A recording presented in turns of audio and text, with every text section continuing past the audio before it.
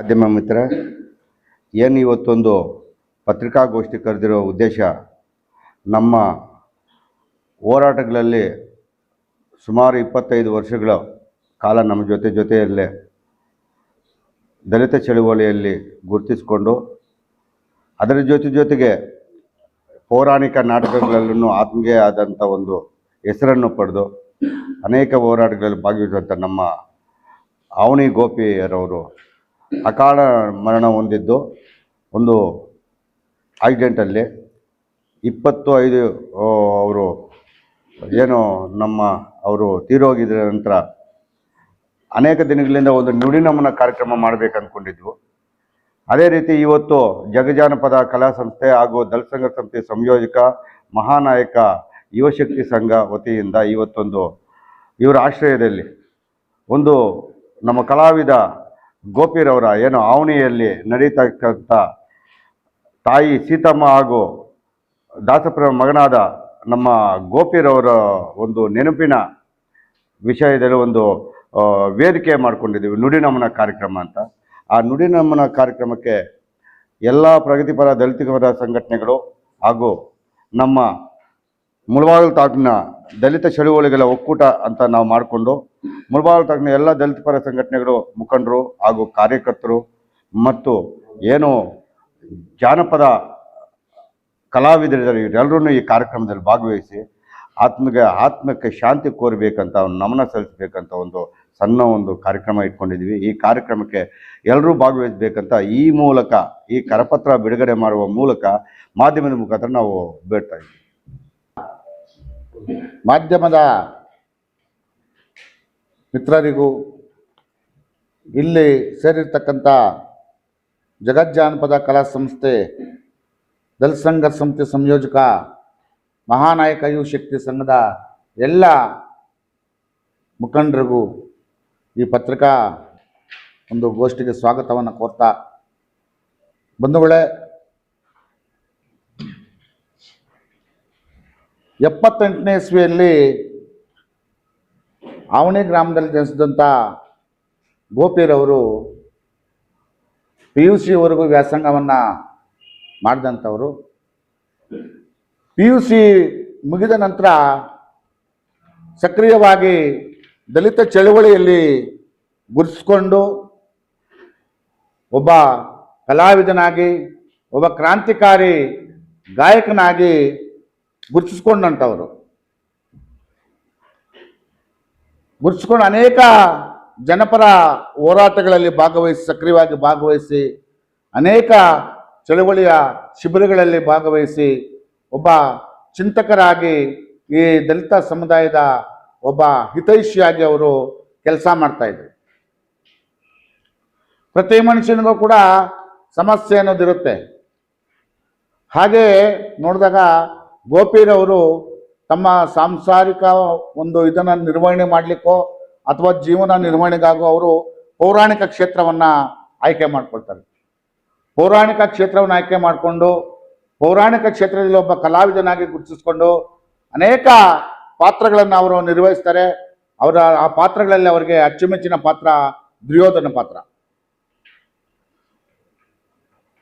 ಪಾತ್ರ ಅವರಿಗೆ ತುಂಬ ಪ್ರಿಯವಾದ ಪಾತ್ರ ಅಂತ ನಮ್ಮ ಹತ್ರ ಹಲವಾರು ಸಲ ಹೇಳ್ತಾ ಇದ್ರು. ನಮ್ಮ ಮನೆಗೆ ಹೋದಾಗ ಕೂತ್ಕೊಂಡಾಗ ಅವ್ರ ಮನೇಲಿ ಊಟ ತಿಂಡಿ ಮಾಡ್ತಾ ಇದ್ವಿ ನಾವೆಲ್ಲ ಕೂಡ ಅವನಿ ಜಾತ್ರೆ ಹೋದಾಗ. ಸೊ ಆ ರೀತಿ ಅವರು ಬೆಳೆದವರು. ಏನು ಸರಿಗಮಪ ಗೊತ್ತಿಲ್ಲದೇನೆ ಅದನ್ನು ಕಲಿತಕ್ಕಂಥ ಪ್ರಯತ್ನ ಮಾಡೋ ಮುಖಾಂತರ ಒಬ್ಬ ನಾಟಕ ನಿರ್ದೇಶಕರಾಗುವ ಮಟ್ಟಕ್ಕೆ ಅವರು ಆ ಕಲಾಕ್ಷೇತ್ರದಲ್ಲಿ ಅವರು ತಮ್ಮನ್ನು ತಾವು ಗುರುತಿಸ್ಕೊಳ್ತಾರೆ. ಒಬ್ಬ ನಾಟಕ ನಿರ್ದೇಶಕರಾಗಿ ಒಂದು ನಾಟಕವನ್ನು ಡೈರೆಕ್ಟ್ ಮಾಡ್ತಕ್ಕಂಥ ಲೆವೆಲ್ಗೆ ಒಬ್ಬ ಕಲಾವಿದ ಬೆಳಿತಾನೆ ಅಂದರೆ ಅದಕ್ಕಿಂತ ದೊಡ್ಡ ಸಾಧನೆ ಇನ್ನೇನು ಮಾಡಲಿಕ್ಕೆ ಯಾರಿಂದ ಕೂಡ ಏನು ಸಾಧನೆ ಮಾಡಲಿಕ್ಕೆ ಆಗುವುದಿಲ್ಲ. ಹಲವಾರು ದಿನಗಳಿಂದ ಕೂಡ ಅವರು 10ನೇ ತಾರೀಕು ಜನವರಿಯಲ್ಲಿ ತೀರ್ಕೊಳ್ತಾರೆ. ಎಲ್ಲ ನುಡಿ ನಮನ ಕಾರ್ಯಕ್ರಮವನ್ನು ಮಾಡಬೇಕು ಅವ್ರ ಹೆಸರಿನಲ್ಲಿ. ಅವ್ರಿಗೇನಾದರೂ ಒಂದು ಗೌರವ ಸಲ್ಲಿಸ್ತಕ್ಕಂಥ ಒಬ್ಬ ಸಂಘಟನೆಕಾರ, ಒಬ್ಬ ಚಳವಳಿಗ ಇದ್ದಂಥವ್ರು ಅಂತ.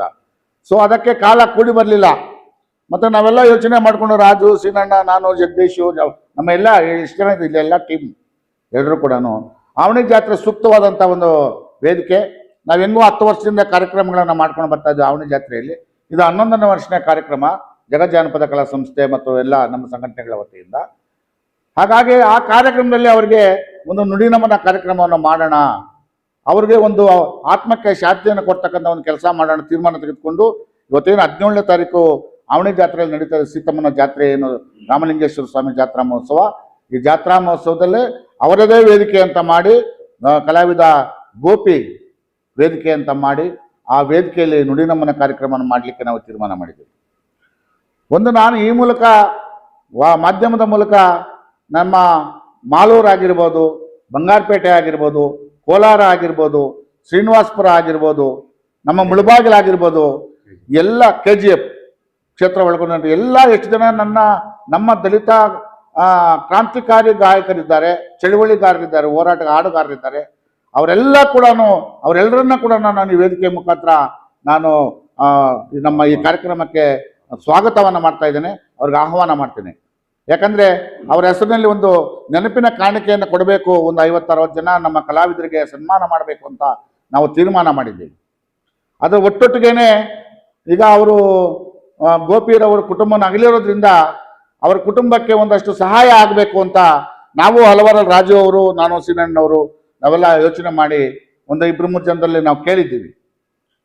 ಅದು ನಮ್ಮ ಆದಿನಾರಾಯಣ ಅವರು ಇರ್ಬೋದು, ನಮ್ಮ ಸಿದ್ದನಹಳ್ಳಿ ಶೇಖರ್ ಅವರು ಇರ್ಬೋದು, ನಮ್ಮ ಶಂಭಯ್ಯನವರು ಇರ್ಬೋದು, ಮತ್ತು ನಮ್ಮ ಸಮೃದ್ಧಿ ಮಂಜುನಾಥ್ ಅವರು ಇರ್ಬೋದು, ಮತ್ತು ಇನ್ನು ಈ ತಾಲೂಕಿನಲ್ಲಿ ಯಾರು ಸಮಾಜಮುಖಿಯಾಗಿ ಸಾಮಾಜಿಕ ಒಂದು ಕಳಕಳಿ ಇರ್ತಕ್ಕಂಥ ಏನು ನಾಯಕರು ಸಮಾಜಮುಖಿಯಾಗಿದ್ದಾರೆ ಅವ್ರನ್ನೆಲ್ಲ ಕೂಡ ಕೇಳಿದ್ದೀವಿ. ಒಂದಷ್ಟು ಅವ್ರ ಕುಟುಂಬಕ್ಕೆ ಸಹಾಯ ಮಾಡಬೇಕು ಅಂತ. ಅದರಲ್ಲಿ ಒಂದಿಬ್ಬರು ಮಾಡ್ತಕ್ಕಂಥ ಆಶ್ವಾಸನೆಯನ್ನು ಕೊಟ್ಟಿದ್ದಾರೆ. ನಾನು ಮತ್ತೆ ಈ ವೇದಿಕೆ ಮುಖಾಂತರ ಅವರೆಲ್ಲರಿಗೂ ಕೂಡ ಮನವಿ ಮಾಡ್ತಾ ಇದ್ದೀನಿ, ತಾವೇನು ಆವಣಿ ಜಾತ್ರೆಗೆ ಬರ್ತೀರಾ ಅವತ್ತಿನ ದಿವಸನೇ ಅವ್ರ ಕುಟುಂಬಕ್ಕೆ ಒಂದಷ್ಟು ನೀವೇನು ಸಹಾಯಧನ ಕೊಡ್ತೀರಾ ಅನ್ನೋದನ್ನ ಘೋಷಣೆ ಮಾಡಬೇಕು, ಅವ್ರ ಕುಟುಂಬದ ರಕ್ಷಣೆಗೆ ನಿಲ್ಲಬೇಕು ಅಂತ ನಾನೆಲ್ಲ ನಮ್ಮ ಸಂಘಟನೆಗಳ ವತಿಯಿಂದ ಮನವಿ ಮಾಡ್ತಾ, ನನಗೆ ಮಾತನಾಡಲಿಕ್ಕೆ ಅವಕಾಶ ಕೊಟ್ಟ ಎಲ್ಲರಿಗೂ ಮುಂಚೆ ಈ ತಾಲೂಕಿನ ಎಲ್ಲ ಗೋಪಿಯವರ ಆತ್ಮೀಯರಾಗಿರ್ಬೋದು, ನಾನು ದಲಿತ ಚಳುವಳಿ ಮುಖಾಂತರ ನಾನು ಮಾತಾಡ್ತಾ ಇದ್ದೀನಿ. ಹಾಗೆಯೇ ಕಲಾಕ್ಷೇತ್ರದಲ್ಲಿ ಅವ್ರು ಇರೋದ್ರಿಂದ ಈ ತಾಲೂಕಿನಲ್ಲಿ ಅವ್ರ ಜೊತೆಗೆ ಒಡನಾಡ ಇಟ್ಟಂತ ಎಲ್ಲ ಕಲಾವಿದರು ಕೂಡ ಬರಬೇಕು, ಕಲಾಭಿಮಾನಿಗಳು ಬರಬೇಕು, ಬಂದು ಆ ಕಾರ್ಯಕ್ರಮದಲ್ಲಿ ಭಾಗವಹಿಸಿ ಆ ಕಾರ್ಯಕ್ರಮವನ್ನು ಯಶಸ್ವಿಗೊಳಿಸಿ ನುಡಿನಮನ ಸಲ್ಲಿಸಬೇಕು ಅಂತ ನಾನು ಈ ಸಂದರ್ಭದಲ್ಲಿ ಮನವಿ ಮಾಡ್ತಾ, ನನಗೆ ಮಾತಾಡ್ಲಿಕ್ಕೆ ಅವಕಾಶ ಕೊಟ್ಟ ಎಲ್ರಿಗೂ ವಂದಿಸ್ತಾ ಜೈ ಭೀಮ್ ಎಂದು ನನ್ನ ಮಾತನ್ನು ಮುಗಿಸ್ತೀನಿ. ಜೈ ಭೀಮ್. ಪತ್ರಕರ್ತರಿಗೆ ವಂದನೆಗಳನ್ನು ನೀಡುತ್ತಾ, ಏನು 10 ವರ್ಷಗಳಿಂದ ಜಗತ್ ಜಾನಪದ ಕಲಾ ಸಂಸ್ಥೆ ಒಂದೇ ಒಂದು ಕಾರ್ಯಕ್ರಮ ಅದೇ ಮಾಡ್ಕೊಂಡು ಬರ್ತಾ ಇದೆ ನಿರಂತರವಾಗಿ. ಇವರೆಲ್ಲ ನಮ್ಮ ಜೊತೆಲಿದ್ರು, ಯಾವುದೇ ಆಗಲಿ ಇದುವರೆಗೂ ಯಾವ ಸಂಸ್ಥೆಗಳು ಹೆಸರಿಗೆ ಹಾಕೊಂಡಿಲ್ಲ, ನಮ್ಮ ಸಂಸ್ಥೆನೇ ಮಾಡ್ಕೊಂಡು ಬರ್ತದೆ. ಏನೋ ಒಂದು ಆವಣಿ ಗೋಪಿ ನಮ್ಮ ಜೊತೆಲಿ ಇರ್ತಕ್ಕಂಥವನು, ಇವರೆಲ್ಲ ಸಪೋರ್ಟ ಮಾಡ್ತೀವಂದ್ರು, ಅದಕ್ಕೋಸ್ಕರ ಅವ್ರನ್ನೆಲ್ಲ ಹಾಕ್ಕೊಂಡು ಜನಪದವನ್ನು ಉಳಿಸಬೇಕು ತಾಲೂಕಲ್ಲಿ ಅಂತೇಳಿ ಒಂದು ಆಸೆಯಿಂದ ಮುಂದುವರಿಸೋಣ ಅಂತ ಹೇಳ್ತಾ ಮಾತು ಮುಗಿಸ್ತಾ ಇದ್ದೆ.